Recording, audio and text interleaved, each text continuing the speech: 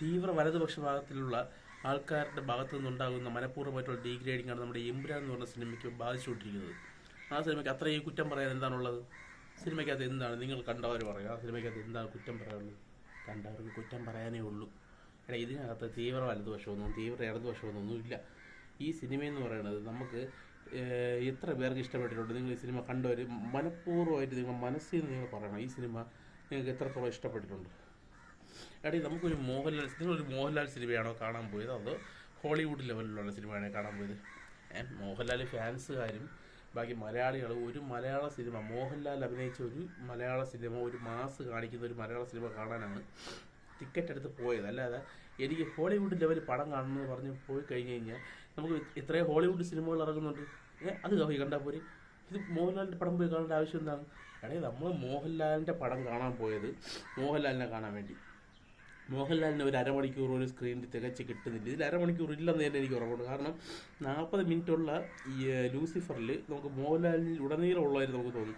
ഇതിനകത്ത് മോഹൻലാൽ ആദ്യത്തെ പകുതി ഒരു മണിക്കൂർ 1.25 മണിക്കൂർ കഴിഞ്ഞാണ് മോഹൻലാൽ പറഞ്ഞത്. അപ്പം നിങ്ങൾ വിചാരിക്കും അതുവരെ പൃഥ്വിരാജ് നിന്നായിരിക്കും മൊത്തം സ്റ്റൈൽ ചെയ്തത്. പൃഥ്വിരാജ് പിന്നെയും അരമണിക്കൂർ കഴിഞ്ഞാണ് പൃഥ്വിരാജ് പറഞ്ഞത്.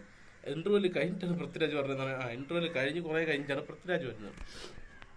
അത് ഒരു 10-15 മിനിറ്റ് സ്ക്രീൻ സ്പേസ് കാണും പൃഥ്വിരാജിന്. നമ്മൾ പൃഥ്വിരാജിൻ്റെ ഡയറക്ഷനെ കുറിച്ച് പറയാം. കിഡിലുമായിട്ട് ഹോളിവുഡ് ലെവലിൽ മേക്ക് ചെയ്തിട്ടുണ്ട്.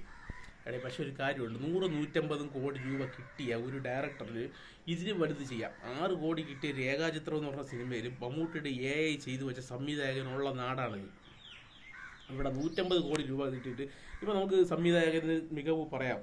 എങ്ങനെയാണ് ഇത്രയും കോടി മുടക്കിയിട്ട് നമുക്ക് ഒരു സെറ്റ് ഇട്ട് അല്ലെങ്കിൽ ഒരു ഗ്രീൻ മാറ്റ് ഇട്ട് ഈ സീനുകളൊക്കെ ചെയ്തിരുന്നെങ്കിൽ സംവിധായകൻ്റെ കിടിലം. ഇത് അത്രയും കോടി മുടക്കി ആ സ്ഥലങ്ങളിൽ പോയിട്ട് ഷൂട്ട് ചെയ്ത് വെച്ചിട്ട് ഞാൻ മറ്റേ എൻ്റെ സംവിധാന മികവാണെന്ന് പറഞ്ഞില്ല, അത് പ്രൊഡ്യൂസറിൻ്റെ കഴിവാണ് അവിടെ കൊണ്ടുപോകാൻ സാധിച്ചത്. അത്രയും ഒറിജിനലായിട്ടുള്ള സെറ്റുകളിൽ കൊണ്ടുപോയി അവിടെ ചെന്ന് ഷൂട്ട് ചെയ്തിട്ട് സംവിധായകൻ്റെ കഴിവ് എങ്ങനെ പറയും? സംവിധായകൻ്റെ കഴിവ് തന്നെ, ചേട്ടാ നമുക്ക് പടം 100 കോടി അല്ല 200 കോടി അല്ല 300 കോടി അടിക്കും ചേട്ടാ, നമുക്ക് അവിടെ പോവാം ഇവിടെ പോവാം എന്ന് പറഞ്ഞ് പ്രൊഡ്യൂസറിനെ തെറ്റിദ്ധരിപ്പിച്ച കഴിവുണ്ട് സംവിധായകന്. അല്ലാതെ ഈ സംവിധായകൻ്റെ കഴിവെന്ന് പറയുന്നതിനകത്തൊന്നുമില്ല. പിന്നെ നടനെന്ന നിലയിലും പൃഥ്വിരാജിന് ഈ സിനിമയ്ക്ക് അതൊന്നും ചെയ്യാനില്ല, മോഹൻലാലിനും ഒന്നും ചെയ്യാനില്ല നടനെന്ന നിലയിൽ.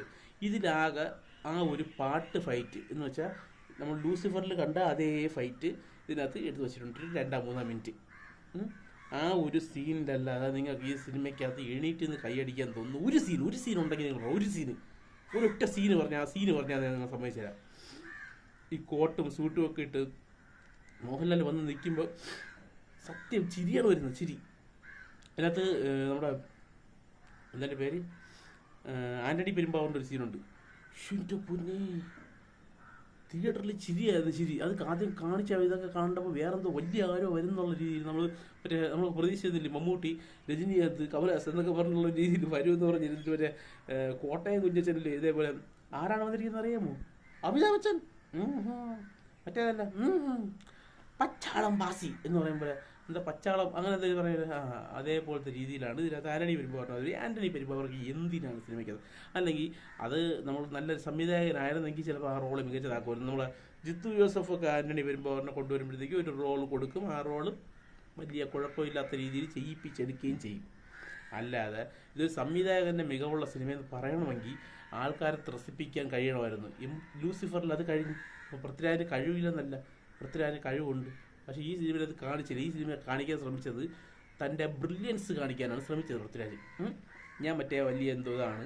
പിന്നെ മുരളി ഗോപി എന്ന് പറയുന്ന എഴുത്തുകാരനും പുള്ളിയുടെ ബ്രില്യൻസ് കാണിക്കാൻ വേണ്ടി ഈ സിനിമ എടുത്തു വെച്ചു. എല്ലാവരും പറഞ്ഞ ആദ്യത്തെ അരമണിക്കൂർ നല്ല രീതിയിൽ പൊയ്ക്കൊണ്ടിരുന്നു. ആദ്യത്തെ അരമണിക്കൂർ കുഴപ്പമില്ലാത്ത രീതിയിൽ പൊയ്ക്കൊണ്ടിരുന്നു. ഹിന്ദിയിലൊക്കെ ആൾക്കാർ സംസാരിക്കും, താഴെ കവിതയിലൊക്കെ എഴുതി കാണിക്കും, മേക്കിംഗ് ഒക്കെ കൊള്ളാം. പക്ഷെ അതൊക്കെ എന്തോന്ന് ആ സിനിമയ്ക്ക് ഒരു പൃഥ്വിരാജിൻ്റെ കഥ പറയാൻ വേണ്ടിയാണ് ആ സീൻ എടുത്ത് വെച്ചിരിക്കുന്നത്. അതിനകത്ത് ഒരു 5 മിനിറ്റ് കൊണ്ട് തീർക്കാന്നുള്ള സീനേ ഉള്ളൂ. ഇങ്ങനത്തെ കാര്യങ്ങളൊക്കെ മലയാള സിനിമയിൽ ഒരു 5 മിനിറ്റ് കൊണ്ടാണ് തീർത്തിരിക്കുന്നത്.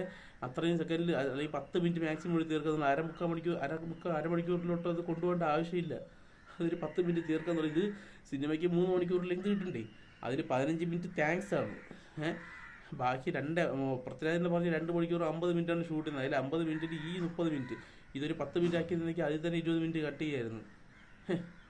ഒന്നും പറയണ്ട. അപ്പം മനഃപൂർവ്വമായിട്ടുള്ള ഡീഗ്രേഡിങ് നടക്കുന്ന ഈ സിനിമയ്ക്ക് നിങ്ങൾ എല്ലാവരും പോയി സിനിമ കാണണമെന്നാണ് എനിക്ക് പറയാനുള്ളത്. ഒരു മനുഷ്യരും ആരുടെയും റിവ്യൂ കണ്ടിട്ട് പോവാതിരിക്കരുത്. കാരണം എൻ്റെ പൈസ പോയി, നിങ്ങളുടെ പൈസയും പോകണം. അത്രേ എനിക്ക് പറയാനുള്ളൂ. അല്ലാതെ ഈ സിനിമ കാണരുതെന്ന് ഞാൻ പറയുന്നില്ല. ഞാനൊരു തീവ്ര വലതുപക്ഷ ചിന്താഗതിയുള്ളൊരു മനുഷ്യനാണ്, അതുകൊണ്ടായിരിക്കും. ശരി.